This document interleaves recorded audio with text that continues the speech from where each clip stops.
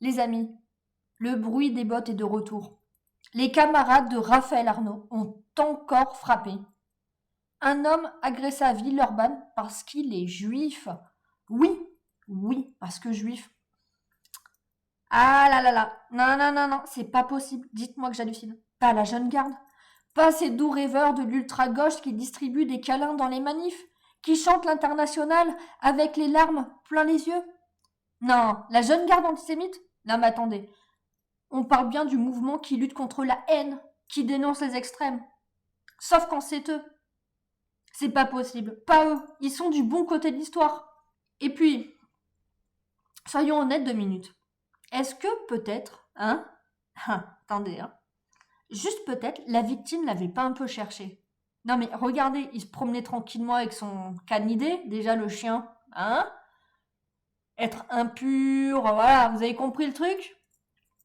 Et une étoile de David, mais quelle provocation, quel extrémisme religieux ostentatoire. Vous vous rendez compte? Il portait un symbole de son identité dans l'espace public.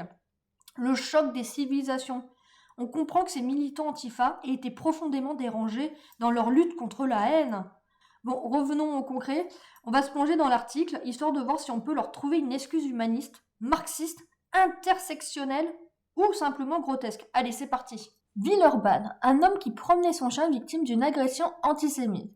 Le jeune homme de 26 ans qui portait un pendentif avec une étoile de David au cou affirme que ses agresseurs se sont revendiqués du groupuscule ultra-gauche de la Jeune Garde.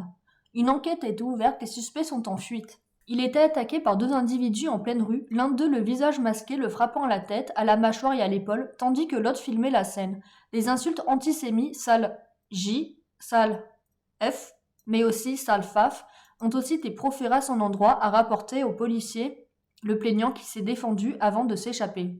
2 suspects en fuite.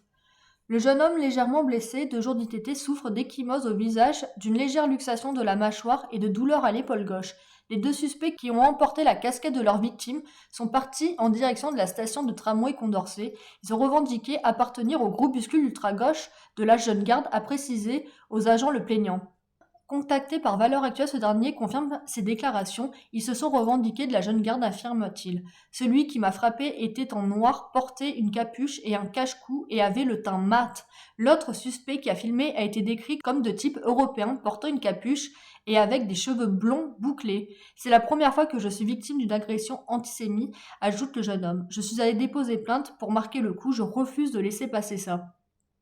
Les lieux sont couverts par la vidéoprotection. Une enquête pour menace de mort réitérée en raison de la religion, vol à l'arraché et violence volontaire a été ouverte. Cette agression antisémite fait l'objet de toute l'attention de la police nationale qui a ouvert une enquête pour retrouver les auteurs de ces violences abjectes, a réagi la préfecture du Rhône dans un message diffusé sur X. La préfète Fabienne Bouchot assure à la communauté juive et à ses représentations sa détermination à lutter contre les actes antisémites et à ce que leurs auteurs ne restent pas impunis. Ouais, donc la Jeune Garde serait impliquée. Ah ouais. Oh là, attends. 2 contre 1? 2 seulement? Non mais c'est bizarre, d'habitude c'est pas trop leur style. Normalement, la Jeune Garde c'est plutôt des sessions à 6 contre 1 minimum.